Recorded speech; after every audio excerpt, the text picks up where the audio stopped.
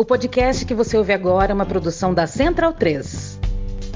You've had a very difficult stretch, but you continue to perform at a high level. How are you able to get to your game? Basketball when I'm on the court.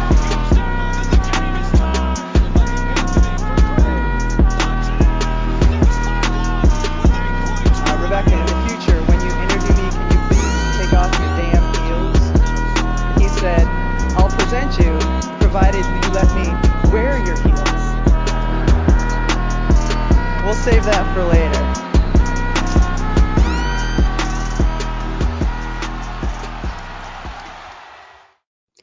Está no ar o episódio 105 do podcast NBA das Minas. Eu sou a Agatha Máximo e serei sua host para hoje. Lembrando, esse podcast chega até você via Central 3 e está disponível no Spotify, iTunes, Castbox e pelo site da Central 3 na internet. Nos sigam nessas plataformas e não percam as novidades do NBA das Minas. E tem mais, vocês também podem nos acompanhar pelo Twitter, @NBA das Minas, e na Twitch. Nessas redes sociais vocês vão encontrar vários conteúdos sobre basquete produzidos pela nossa equipe, além de acompanhar a cobertura em tempo real dos jogos. Não esqueçam de utilizar o cupom de desconto do NBA das Minas para comprar aquela jersey que você namora há muito tempo lá no Mons Imports. E claro, visitem nossa parceiraça Wodsey, que lançou uma linha maravilhosa da WNBA. E por lá você encontra também várias camisetas nossas, né? Nossos produtos exclusivos. Não percam. Antes de introduzir o assunto da semana, vamos dar boa noite à minha fiel escudeira. Boa noite, Drica Evarini, que está feliz, né? Tem uma pessoa feliz nesse podcast. É Drica Evarini. Boa noite, Agatha Máximo. Eu não tenho mais palavras, entendeu? Para descrever o tamanho da minha ilusão com o Boston Celtics, né? Porque, assim, tudo que sofri em 2021 ficou em 2021. O time virou a chavinha de um jeito, assim, que não perde, né? Assim, perde esporadicamente um joguinho ou outro, mas tá jogando demais, meu time tá jogando demais. E tô feliz porque o Jax salvou do rebaixamento também, né? Então, assim, uma semana feliz, né? Embora esteja aí sem calendário por enquanto, estou feliz. Gostaria de te contar que fiz uma atrocidade, inclusive, pro Jack não ser rebaixado, Agatha Máximo. Prometi, você me conhece, sabe o quanto tomo café. No auge do meu desespero, eu prometi que ficaria até o domingo de Páscoa sem tomar café, se o Jack fosse eliminado. Se o Jack não fosse rebaixado, aliás. Faz o quê? 5 dias? Foi no sábado? No sábado o jogo. Faz 5 dias. Eu já estou, sei lá, tendo crise de abstinência. Será um longo mês pela frente, mas tudo bem. Promessa é dívida. Vamos ver, né? Eu duvido muito, porque você sobrevive de café, né? Então, Renan Ronk disse que eu ia... Ronk, eu falo Ronk. Que eu vou substituir o café por pipoca, né? Que basicamente eu sobrevivo de pipoca, café e vinho. Então, terei que fugir para uma das outras duas coisas, né? É a sua base, né? Alimentar. Então, fica aí o questionamento de se vai dar certo. Mas eu torço por você, Dre. Eu acho que pelo bem de Boston Celtics, na realidade, eu acho que você vai se empenhar. Eu acho que vale a pena, né? Tudo vai dar certo. Vou sobreviver. Juro que vou sobreviver para ver meu time no final de conferência aí. Agora já tô mirando alto, entendeu? Exatamente. Mas vamos ao tema de hoje, que não é ainda Boston Celtics, né? Imagino que esse time esteja merecendo até um recap, né? Porque a gente fez um episódio para criticar A gente esse não, né? time. Você criticou. Eu tava ali só, né? Não. Vamos ser sinceros que tava valendo a pena, assim, acho que a gente precisava ser sincera e falar que não tava dando, né? Não, tudo bem. Ele mereceu as críticas em 2021 e merece os elogios em 2022, tá tudo certo. Bom, mas o assunto de hoje é um time que dá muito bem mesmo. Eu diria que é a sensação da temporada, né? Para alguns uma surpresa, para outros era uma questão de tempo, basicamente, até o Ja Morant conseguir elevar o nível do time, né?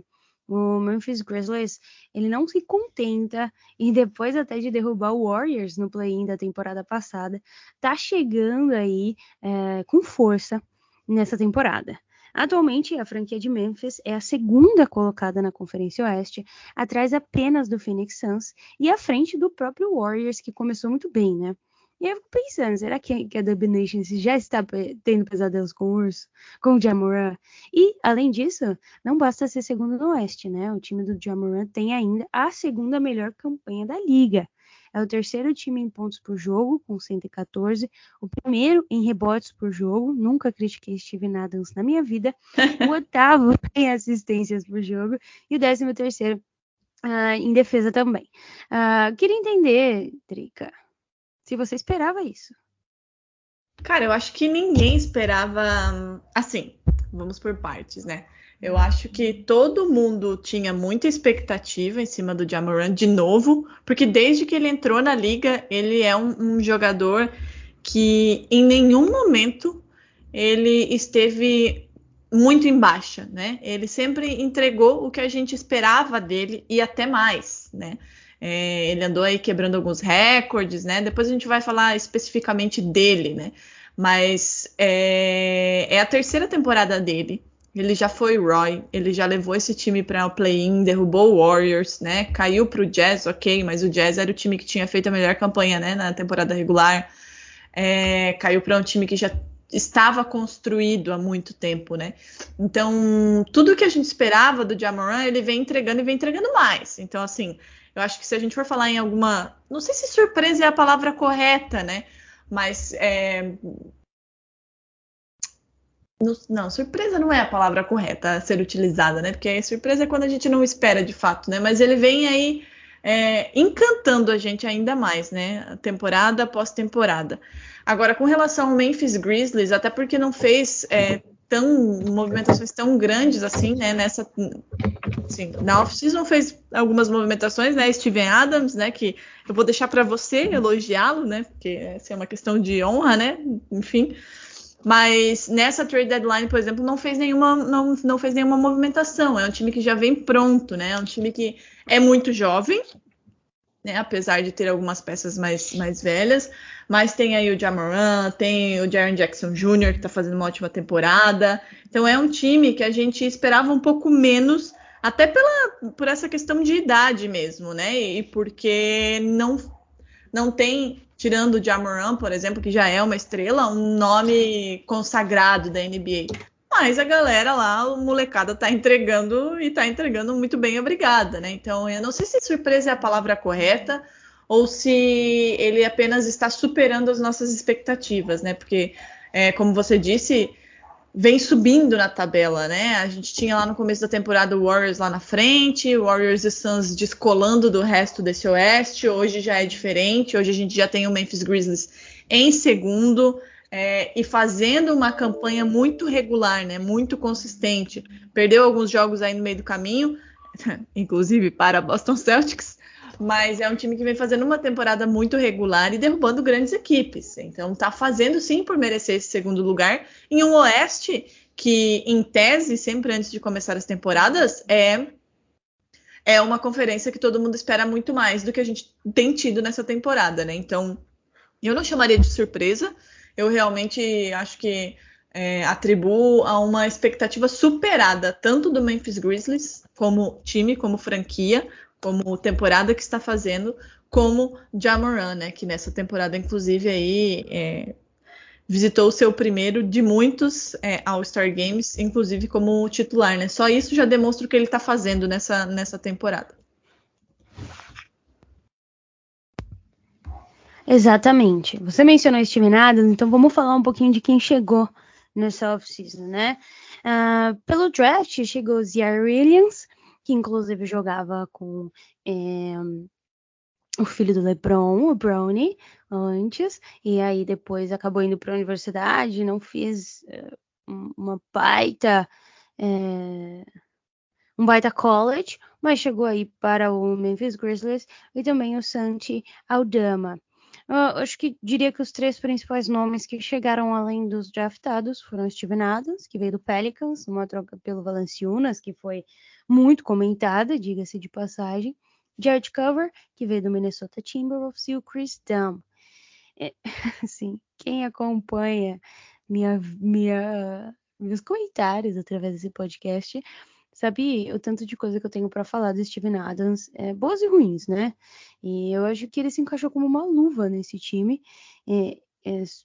Me deixou um pouco surpresa a boa atuação, porque ele não precisava ser necessariamente uma peça principal, né? Ele é um excelente jogador backup, né? Ele figura muito bem ali sendo o terceiro, quarto principal jogador dessa rotação titular, e é o que ele tem feito. E entregando muito, que é na parte de rebotes e de pick and roll. Um jogador que faz o corta-luz muito bem feito, um exímio cortador de luz, facilitador dessas passagens, que para Ja Morant é maravilhoso, e muito bom reboteiro também. Então, eu diria que é uma grande adição. Saíram do time Jonas Valanciunas, Grayson Allen, Justin Winslow, hoje eu tô um pouco enrolada para falar aqui os nomes, Tim Frazier e Jontay Porter. Com relação a essa parte, Drica, o que você acha que fez sentido pro Grizzlies? Por que ele tá tão diferente, mesmo o Valanciunas, que é um dos grandes pivôs da NBA, tendo saído? Eu acho que o Steven Adams é um ponto chave, né, para esse Grizzlies. Como você mencionou, né, Agatha, o time é o primeiro em rebotes por jogo, né, mais de 49 aí de média. E o Steven Adams tem quase 10 rebotes de média, né, por jogo, né.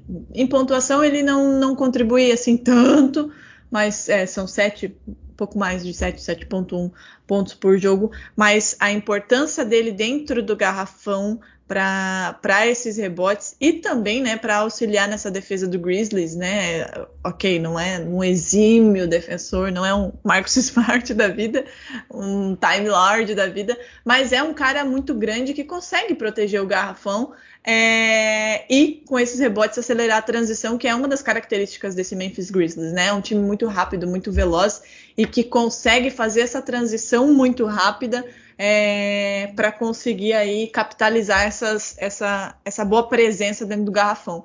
Então eu vejo o Steven Adams como um dos pontos aí que foram muito positivos na off-season e que mudaram um pouquinho aí, né, esse time, daquele time que caiu na primeira rodada dos playoffs depois de eliminar o Warriors no play-in, para esse time agora que está fazendo a segunda melhor campanha, não só na Conferência Oeste, mas no geral também é a segunda melhor campanha, a campanha do Memphis Grizzlies. Então eu acho que, ok, né, você perde um pouco no Valanciunas, mas você tem um cara aí que consegue trazer uma das coisas que faltavam para esse Memphis, que era uma presença nesse garrafão que conseguisse fazer com que o time acelerasse essa transição e conseguisse explodir esse talento que a gente tem, né, em Ja Morant, no Jaren Jackson Jr., enfim, esses jogadores que são ágeis, né, e conseguem ter eficiência ofensiva quando o time está em transição. Então eu acho que foi uma ótima adição aí, e tanto foi, né, uma boa off-season que o time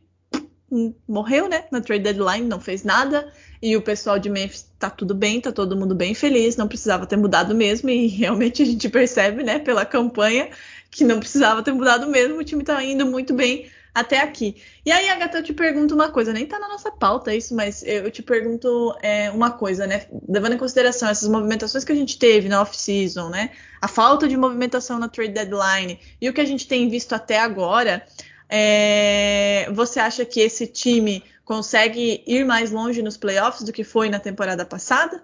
Levando em consideração também que esse Oeste tá meio capenga, né, esse ano. Vamos ser honestos aqui, né? Pois é, Drica, esse é o ponto, né? Com relação à questão de ir mais longe nos playoffs, é muito incerto. Os playoffs é uma coisa à parte da temporada regular, isso a gente já sabe.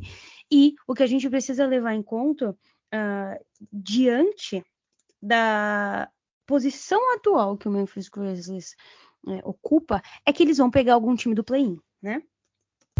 Isso é o primeiro ponto. Será que num ano Ja Morant elimina Stephen Curry e no outro LeBron James? Então, olha lá, olha que loucura, né? Isso sim, o Lakers conseguir. Eu ainda tô sendo generosa, né, com o Lakers, vamos ser honestos. Pois é, porque o Lakers ontem perdeu para o Rockets, tá? Assim, que não é uma missão fácil.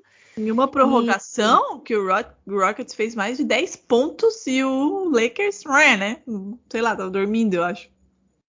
Pois é, exatamente.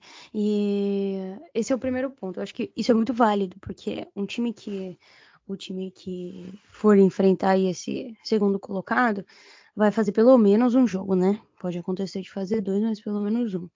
Então já vem aí de um cansaço, de uma pressão, obviamente. E a gente imagina, por óbvio, que um time que esteja em segundo lugar esteja mais forte, mais conciso, mais preparado para avançar de fase. Eu acredito realmente que o Grizzlies tem chance de evoluir.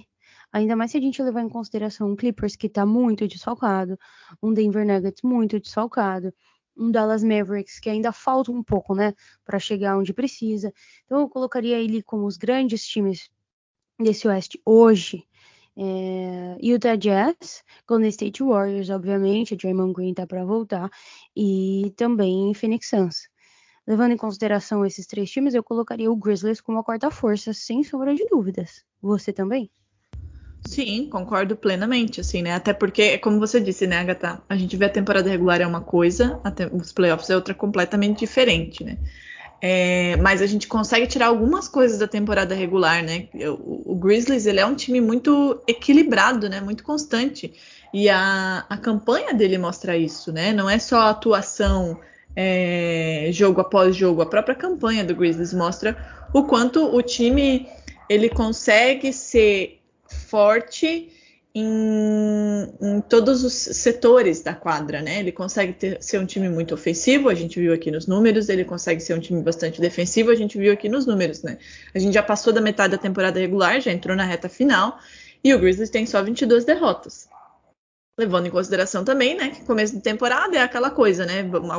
Alguns jogadores, como a gente disse aqui, né, chegaram, para mim muito importante, que é o Steven Adams, então tem aquela coisa de adaptação, mas só perdeu 22 jogos nessa temporada, e a gente já tá aí na reta final. Isso já é um indicativo de que o time, de fato, se reforçou. E não necessariamente se reforçou trazendo um monte de gente, como costuma acontecer e alguns times fazem, né, na off-season. Não, trouxe peças pontuais que fortaleceram fragilidades que ficaram evidentes na temporada passada. E aí conseguiu fazer um time mais conciso, né, mais consistente, que consegue manter um ritmo aí de vitórias, com uma derrota ou outra no meio do caminho, o que é natural, mas consegue manter esse ritmo. E aí, nos playoffs é aquela coisa, né, que você acabou de dizer, é uma série de coisas que entram, né, na conta. O adversário que vai enfrentar, se o adversário tem as potencialidades justamente nas fragilidades do Memphis, por exemplo, a saúde dos jogadores, né, que é sempre um perrengue para todo mundo, inevitavelmente, sempre tem alguém aí que se machuca no meio do caminho.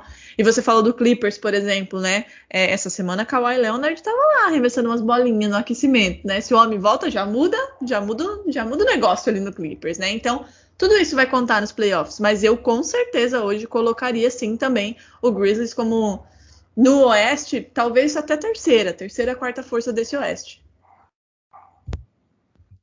É isso, né? E eu acho que é um time que vem confiante, além de tudo, né? Um time que vem embalado. É diferente de até esses 3 times que a gente coloca no início, né? Um Phoenix Suns que perdeu a final, um Utah Jazz que caiu e um Golden State Warriors que tá nessa repaginada, né? Voltando às raízes e ainda se encontrando um pouquinho mais aí com relação ao seu próprio jogo. Começou muito bem, e aí com a adição de Klay Thompson, tendo que se virar com essas peças, acabou saindo um pouco dos trilhos.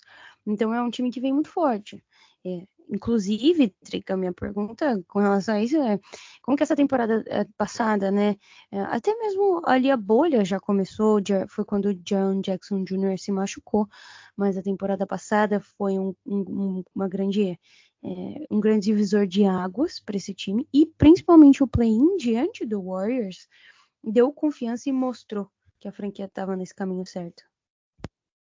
Cara, eu acho que a palavra que você usou para mim é a base, assim, é primordial para esse Memphis Grizzlies, que é confiança. porque o time não mudou tanto assim com relação a esse play-in e a essa série contra o Jazz, né, que perdeu de 4-1, primeira série dos playoffs. Não mudou tanto assim, não mudou a cara do time jogar. O Grizzlies, desde a temporada passada, desde a chegada do Ja Morant, é claro que algumas outras peças foram sendo adicionadas, né, esse Memphis que logo de cara entendeu quem seria o cara dessa franquia, sempre foi um time divertido de assistir, né? Eu digo que hoje, para mim, obviamente que o Celtics é o time que eu mais gosto de assistir, porque gosto e porque, né, esse ano está aí desse jeito. Mas além do Celtics, para mim, os times que eu mais gosto de assistir é Memphis Grizzlies e Chicago Bulls, porque são times que o jogo ele é ao mesmo tempo coletivo, mas que a gente tem talentos individuais que brilham os olhos, né? E o Ja Morant é esse cara. E ele é um cara muito confiante, né? A gente sempre viu isso, desde a primeira temporada, desde a temporada de rookie dele. Então, fazer uma franquia que era desacreditada, né? Como o Memphis, chegar a um play-in já coloca ele com mais confiança. Fazer essa franquia eliminar o Golden State Warriors salta alguns degraus aí de confiança. Ok, perdeu pro Jazz? Claro que foi um baque para eles perder de 4-1 pro Jazz. Arrancou um joguinho de um time que vinha fazendo a melhor campanha da NBA. Então, assim, foi ali que eles entenderam qual era o teto desse time, sabe? Na verdade, eu não acho que eles entenderam qual é o teto, mas eles entenderam que eles poderiam ir além, que eles poderiam mais. E aí vieram essas movimentações na off-season para tapar buracos de fragilidade que o time demonstrou tanto no play-in quanto na série contra o Jazz. O time já é um time confiante. O Jaren Jackson Jr. se recuperou. O Ja Morant tá sempre bem. E a cada jogo que passa, o Ja Morant me parece, né, aos meus olhos, um jogador cada vez mais confiante e um jogador cada vez mais maduro. Maduro no sentido de, né? Às vezes a gente lê umas coisas no timeline que a gente se pergunta se realmente vale a pena saber ler, né? Mas é foda. Que o Ja Morant é um jogador de highlights. Cara, ele vai... Obviamente, ele é uma máquina de highlights. Todo jogo, absolutamente todo jogo a gente vai ter algumas cenas em que a gente vai ficar dando play e pensando, caralho, como é que esse guri fez isso? Só que ele não é só isso, ele não é só um jogador de highlight. Ele é um jogador extremamente agressivo, que vai para a cesta, mas que também sabe enxergar o jogo do Grizzlies quando precisa fazer com que o time jogue um pouco mais sem as mãos dele, né? Então eu acho que esse amadurecimento do Ja Morant é muito importante para esse Grizzlies e para essa temporada do Grizzlies. Lembrando que ele tem só 22 anos, então assim... É um jogador de 22 anos, que é o franchise player de uma franquia que não era desacreditada até pouco tempo atrás, aliás. E que vem ano após ano colocando o time um degrau a mais, né? O time não chegou nos playoffs, o time chegou no play-in, ok, foi derrubado na primeira rodada de playoffs, e agora? O que vai ser nesse ano? Em um ano que ele evoluiu também defensivamente, que evoluiu a sua tomada de decisão, que está mais confiante do que nunca. É uma temporada que ele está fazendo e está sendo cotado, tá lá não vai ser, mas ele está na lista dos jogadores que estão sendo cotados para MVP. Já se fala, né, que ele poderia ganhar inclusive o MIP e o MVP, né? Pena que Embiid e Jokic estão fazendo aí uma temporada absurda, mas é um cara que já está sendo cotado com 22 anos, foi titular no All-Star Game. Então tudo isso para um jogador que já tem personalidade faz com que ele fique ainda mais confiante. E quando eu digo confiante, não é no sentido de, nossa, ele é soberbo, ele é confiante, é diferente, sabe? Não é um jogador que, acho que posso tudo, até porque ele, né, tem podido aí, mas é um jogador que essa confiança, ela vai para dentro de quadra, né? É uma confiança que você não vê ele hesitando em partir para cima de um LeBron James, de um Embiid, de um Jokic, de ninguém. E é isso que faz com que o time também tenha confiança de jogar o basquete que eles jogam, sabe? Então, eu acho que essa série contra o Warriors e até a eliminação diante do Jazz foi importante para expor o que faltava nesse Grizzlies e para dar esse amadurecimento deles em playoffs. Embora, né, foi uma amostragem muito pequena, mas já dá um amadurecimento, foi, assim, primordial para aquilo que eles estão colocando em quadra nessa temporada. Exatamente. De fato o que você mencionou sobre o Ja Morant, né? Expectativas foram criadas, expectativas foram superadas, né? Eu acho que muitos jogadores se mostraram grandes jogadores dessa safra nova, né?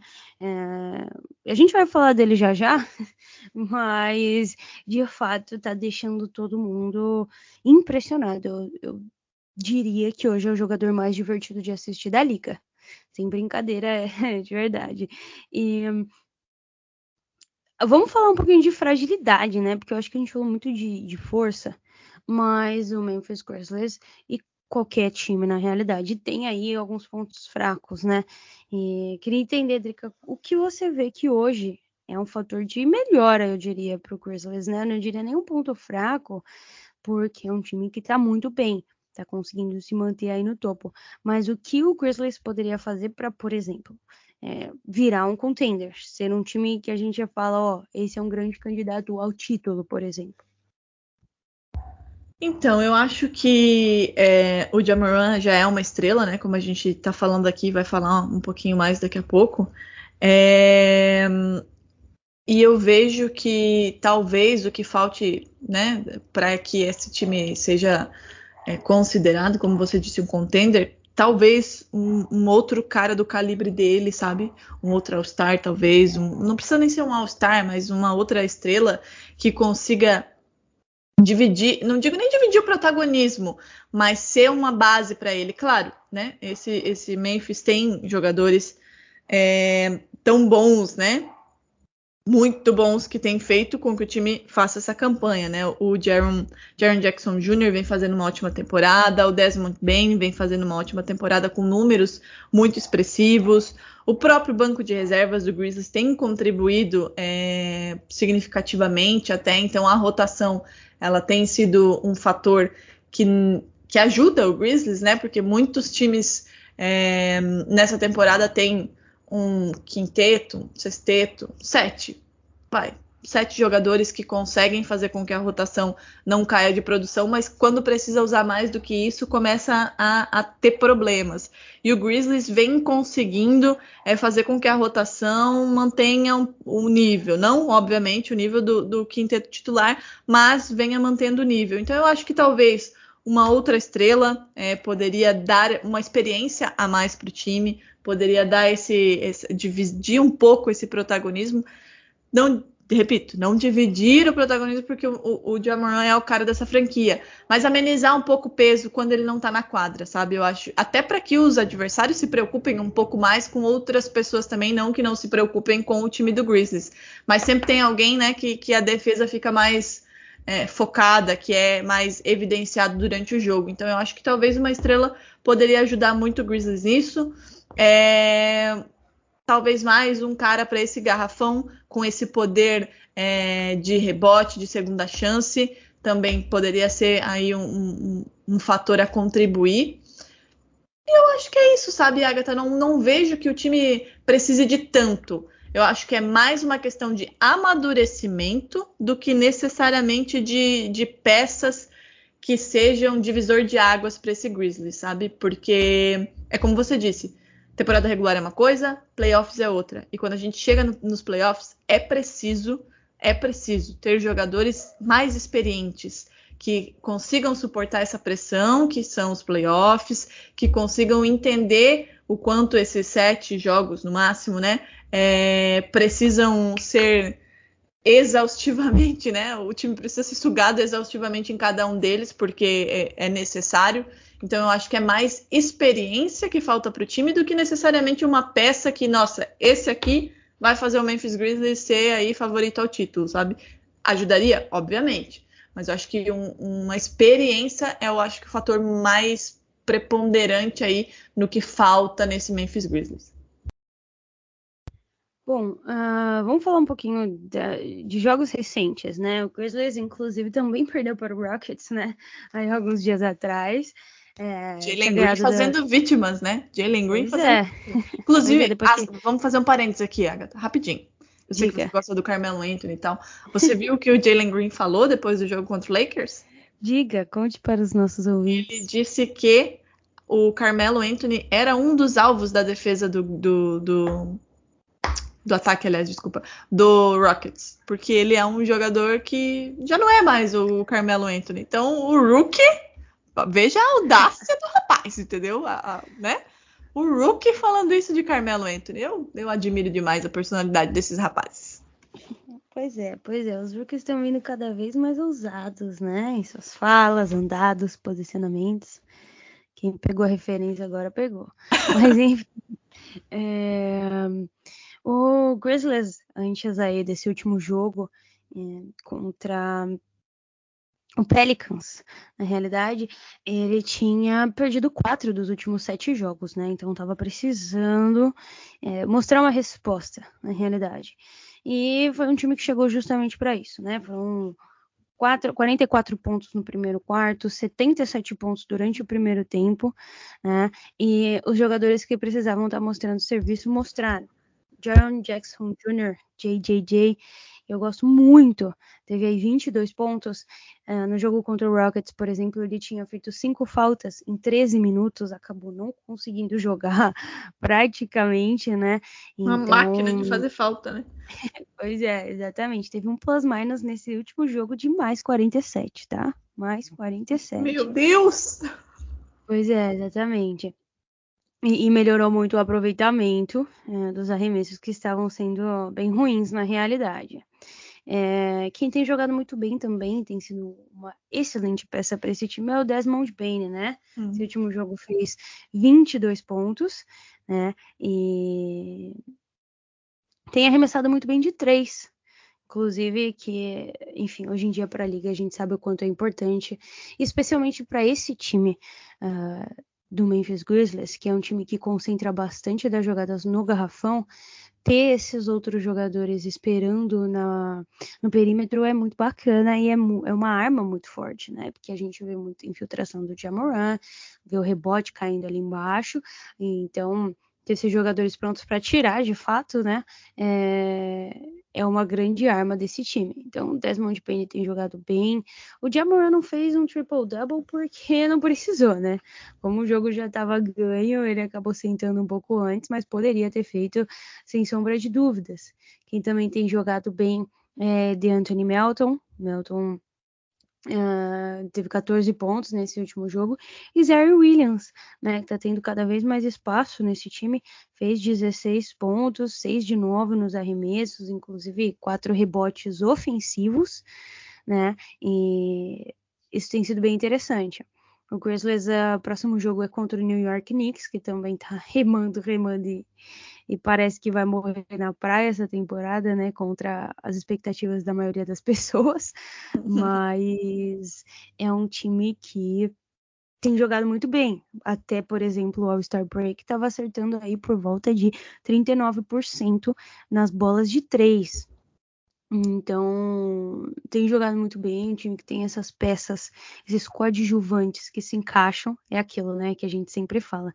Não são necessariamente estrelas, mas são a peça necessária para esse funcionamento como um todo. Então, é por isso que o time hoje está em segundo lugar, porque rola toda essa sinergia, né, por parte dos jogadores. E falando em jogadores, acho que chegou a hora da gente falar do Ja Morant, né? Não tem como a gente não tocar nesse assunto, né? Acho que é impossível. Ele tem 22 anos, é muito bizarro quando a gente para pensar nisso, né? Foi a segunda escolha geral do draft de 2019. Foi o Roy, inclusive, da temporada. Draft de 2019, para quem não puxou de cabeça aí, é o draft do Zion Williamson, né? Ele tá na sua terceira temporada. Ele já tá aí, inclusive, na lista de concorrentes ao prêmio de MVP. Esse ano ele teve a sua primeira seleção para o All-Star no time titular. E alcançou também a maior pontuação da carreira nessa temporada, que foram 52 pontos contra o Spurs. Agora aí, nos últimos dias, na realidade, né? Não faz muito tempo. 28 de março. Último dia de março, não, de fevereiro. 28 de fevereiro. Março ainda não chegou no 28. Pois é, tá adiantando as histórias aí. E foi a primeira vez na história de um jogador, da franquia, na realidade, que um jogador marcou mais de 50 pontos, tá? Memphis Grizzlies, coitado, é uma franquia. E ele já tinha feito, acho que 1 ou 2 jogos antes, 40 e tinha chegado perto, assim, 47 ou 48 pontos também, não tô enganada. Então, assim, Pois não é. é que foi um jogo, né? Ele vem nessa toada aí de 40 e pouco, 50. Pois é, e tá com números de MVP, né? São 27 pontos por jogo, 5,8 rebotes, 6,7 assistências, 49% de field goal, 34% nas bolas de 3, 76% nos free throws. Drica, tem uma pergunta pra te fazer. Em quanto tempo veremos Ja Morant sendo, de fato, assim, um dos 3 candidatos a MVP? Cara, nesse ritmo dele, 2 anos talvez, porque o Embiid tá nesse ritmo aí há alguns bons anos, né? Jokic também. Hoje, por exemplo, talvez você não goste do que eu vou falar, tá, Agatha Márcio? Provavelmente você não vai gostar do que eu vou falar. Mas hoje, pra mim, se eu tivesse que escolher entre Ja Morant e Luka Doncic para dar um MVP nessa temporada, eu daria pro Ja Morant. É um jogador... Não, mas aí até eu, Drica. Ah, glória a Deus! O tesouro dela. Ó o trovão aqui na Joinville. Vai cair o mundo depois desse calor que fez hoje. Então eu acho que se ele continuar nesse ritmo, uns 2 anos, Agatha, para ele ser... Não tô dizendo que vai ser 2 anos ele vai ser MVP, mas para ele ser de fato ali o top 3, sabe? 3, 4 nessa briga. Porque, como eu disse, é um jogador que ele tem muita personalidade. Desde que ele pisou na quadra da NBA em 2000 lá, 3 anos atrás, ele em momento nenhum, e eu realmente não me lembro de momento nenhum que ele tenha, óbvio que ele fez jogos um pouco abaixo, né? É normal. Mas em momento nenhum ele foi um jogador que se escondeu, sabe? Que ele não manteve essa essência dele. Ele é o cara que vai pra cima, ele é o cara que vai, como diz a galera aí mais jovem, vai produzir highlight, mas ele vai produzir para o time também. Então ele une isso muito bem. E ele de fato é um líder. A gente percebe que todo mundo gosta dele, né? Depois dos 52 pontos aí dele, a galera se juntou, fez foto, fez caralho. Ele foi lá e falou, né, que a filhinha dele estava lá assistindo aquele jogo, que é a maior inspiração dele, que é por ela que ele entra em quadra e tenta ser melhor a cada jogo. Então, assim, ela é pequenininha ainda, então tem muita moral aí para dar pro pai ainda. Se ele for se inspirar na criança, vai longe aí essa inspiração dele. Então é um jogador que ele tem dele essa personalidade. E conforme ele vai amadurecendo, tem jogador que, quando entra na NBA, entra, né, na loucuragem, né? Vou fazer tudo aqui e vai amadurecendo, vai perdendo um pouco dessa ousadia, né? Até porque consegue perceber que talvez não seja assim, né? A galera mais velha não gosta muito, né? Olha meio torto assim na ousadia e alegria. E ele não. Essa é a personalidade dele. Há 3 temporadas ele joga dessa maneira. Então, para mim, e eu percebo que ele vem evoluindo nessa questão de enxergar o jogo um pouco mais coletivo, de conseguir entender que às vezes não vai adiantar ele bater para dentro, às vezes o passe extra é a melhor solução para o time. Falta muito ainda? Falta, claro. De novo, né, Agatha? 22 anos. Mas ele tem tomado essa consciência de jogar mais para o time, ao mesmo tempo que ele consegue se destacar. Então, assim, respondendo a tua pergunta, 2 anos para ele estar sendo cotado de fato ali entre o top 3, 4 para MVP. E eu oro a Deus que ele se mantenha saudável em toda a sua carreira. Assim. Vai acontecer, né? Tal qual o Luka Doncic, ele tem um problema de tornozelo aí, né? E, enfim, é ficar de olho, é proteger. Ele ficou usando aquele Kobe de cano baixo, sem proteção. E aí me dá um negócio, mas tudo bem. Vamos lá. Você mencionou o Luka Doncic, eu quero fazer minha defesa aqui. E quero fazer uma comparação entre os dois, porque eu acho que é válido, né? Acho que muita gente fala, inclusive hoje, ontem saiu uma matéria do Hoops Rumors, que falava que a maioria das pessoas, mesmo com esse ano do Ja Morant, tava 11 de 15 scouts, ainda assim escolheriam Luka Doncic ao invés de Ja Morant para o seu time, né? Isso daí cada um pensa da forma como quiser, mas eu acho que é importante a gente falar sobre os dados, né? Hoje o Luka Doncic está com 28 pontos por jogo, Ja Morant 27,5, bem parecido. Só que o Doncic tem 9,2 rebotes, Ja Morant 5,8, 8,7 assistências, Luka Doncic, Ja Morant 6,7.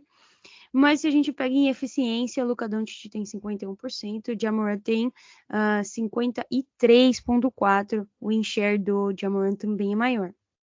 Então, assim, o Doncic, obviamente, tem números maiores, né? Mas também é um cara que tem que fazer mais no seu time. Ele não tem aí um elenco, mesmo que o elenco do Grizzlies não seja aquele elenco A+, ainda assim é um elenco mais completo, mais conciso do que hoje o Luka Doncic tem em suas mãos, coitado, né? Segue aí lutando para povoar esse Dallas Mavericks de alguém que possa ajudá-lo. Chegaram algumas peças, parece que deu uma encaixada melhor, mas ainda falta muito, né? E em termos de MVP, é aquilo que a gente sempre fala também, Drica. A narrativa conta demais. E hoje, a narrativa do Memphis Grizzlies é muito mais interessante, muito mais cativante e muito mais vitoriosa também do que a narrativa do Dallas Mavericks. Então, eu ficaria hoje com o Ja Morant, mas um beijo para todos os fãs de Luka Doncic, assim como eu ainda amo meu tesouro e ainda escolheria ele. Queria deixar isso muito bem claro. Essa questão da narrativa, né, Agatha? Como você disse, né, a narrativa do Memphis Grizzlies ela é muito mais bacana, né, muito mais vencedora. E a própria do Ja Morant, né? Ele entrou no draft com um cara que tinha um hype gigante, que era o Zion, né, que infelizmente aí tem perdido muita coisa da NBA. Foi eleito Roy na sua primeira temporada. Na sua segunda temporada levou o time ao play-in e aos playoffs. Na sua terceira temporada foi eleito All-Star titular. Então, assim, é uma coisa ano após ano, né? Então, é uma narrativa muito interessante, né? É um cara do highlight, é um cara da ousadia e alegria em quadra. Cara, eu ia gostar muito de ver ele MVP, de verdade, assim, do fundo do meu coração. Acho que ia me brilhar os olhos de ver ele com aquele troféu nas mãos. É isso, né? Acho que o último ponto pra gente falar, se despedir também, é fazer uma menção honrosa a Taylor Jenkins, né? Atual técnico do Memphis Grizzlies, um cara inteligentíssimo que tem sabido ao longo dos anos montar um time que hoje é muito difícil da gente ver, né? Obviamente que mais comum dentre as franquias menores, como é o caso do Memphis Grizzlies, um time muito bem formado a partir do draft, né? Tem suas principais peças vindas da loteria, vindas do draft. Então, isso é muito legal de assistir, como apostar nos seus calouros, né? Apostar nos seus scouts. Isso pode surtir frutos, e o Taylor Jenkins é um técnico que sabe utilizar muito bem esses novos jogadores e colocar para jogar e explorar os pontos fortes e fazer com que esses pontos se sobressaiam muito cedo, né? O Ja Morant, é lógico que era uma joia, chegou muito bem, e você pode ter certeza de que muito do sucesso que ele está tendo hoje se deve também à forma como o treinador poliu ele de certa forma, né? Fez ele jogar e fez ele entender como é o papel dele dentro desse time. Então, um beijo, Taylor Jenkins, se você estiver nos ouvindo. Aquelas, né? Um beijo pra você, incrível também. Mais algum apontamento sobre isso, Drica? Um apontamento, gostaria só de dizer que eu estava apavorada de enfrentar Ja Morant, né? Recentemente, falei, pronto, fodeu, né? Tava tudo tão bem, aí vem esse pequeno demônio para acabar com a minha vida. Graças a Deus que a minha defesa, né? Melhor defesa da liga em 2022. Conseguiu neutralizar um pouco o moleque e conseguiu vencer, mas eu acho que esse é o sentimento de todo mundo que enfrenta, sabe, o Grizzlies hoje, de absolutamente todos os torcedores, assim, de times adversários.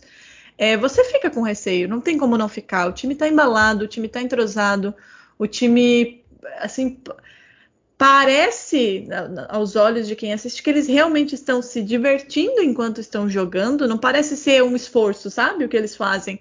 E tem o Ja Morant, né? A gente acabou de falar aqui. Então, eu acho que esse é o sentimento de todo mundo quando vai enfrentar o Grizzlies. E eu acho que para a torcida do Grizzlies isso deve ser assim muito satisfatório, né? Para um time que até 2 temporadas atrás ninguém dava absolutamente nada. Era tipo, sei lá, com todo respeito, o Magic, sabe? Ninguém dava nada. E agora, é isso aí, né, gente? Segunda campanha da Liga, todo mundo tem medo dos caras. E é bacana de ver isso, de verdade, assim, é muito bacana de ver como esse Grizzlies conseguiu em tão pouco tempo, né? Porque, gente, não faz tanto tempo assim. O Ja Morant tá há 3 temporadas na NBA. E como a gente acabou de falar, né? Uma temporada atrás da outra, um passo após o outro, né? Então, pouco tempo se transformar aí nesse time, segundo melhor time da liga, com a segunda melhor campanha. E voando baixo aí para pegar mando de quadra, para pegar um adversário teoricamente, né, mais frágil nos playoffs e quem sabe passar aí para uma segunda ou terceira rodada de playoffs. Pois é isso. Eu quero dar um último recado, Drica, antes da gente acabar esse podcast, que é a estreia. Na verdade, 2 recados. Vamos lá. Primeiro, vamos falar novamente do NBA 75, que é o podcast dos meninos, do Vitor e do Renan. Toda semana a gente vai fazer propaganda, hein? Toda semana. Se isso acostume, quem não gostou, é isso. Vai abrir mão de ouvir uma produção que não existe igual, eu diria, no Brasil, e quiçá no mundo, tá? Em formato de podcast, com a qualidade, com as participações, e eu me tiro totalmente disso, porque eu, perto de quem tá lá, não sou ninguém, absolutamente ninguém, mas fomos convidadas, né? Exato, esses dias eu tava conversando com um amigo, eu falei, caralho, né? Eu escuto os podcasts e eu penso só gente foda, daí reticências. É assim. Mas estamos lá, né? Isso que é muito bacana. Felizes por termos sido convidados, mas continua muito bem. Esse último episódio maravilhoso falou bastante dos pivôs. Então, assim, quem não ouviu ainda, ouçam, procurem no Spotify. Os caras ainda fizeram um site com material complementar, tá? Então, se você quiser ver foto, ler notícia, ainda tem mais um monte de coisa no site. Mas o recado final, de fato, é que saiu o primeiro episódio de Winning Time, a ascensão da dinastia dos Lakers, que é a série da HBO, sobre, obviamente, a dinastia dos Lakers. Você chegou a assistir, Drica? Ainda não, é que eu não tenho HBO, né? Esses dias eu parei, eu falei, porra, vou ter que assistir. Eu realmente...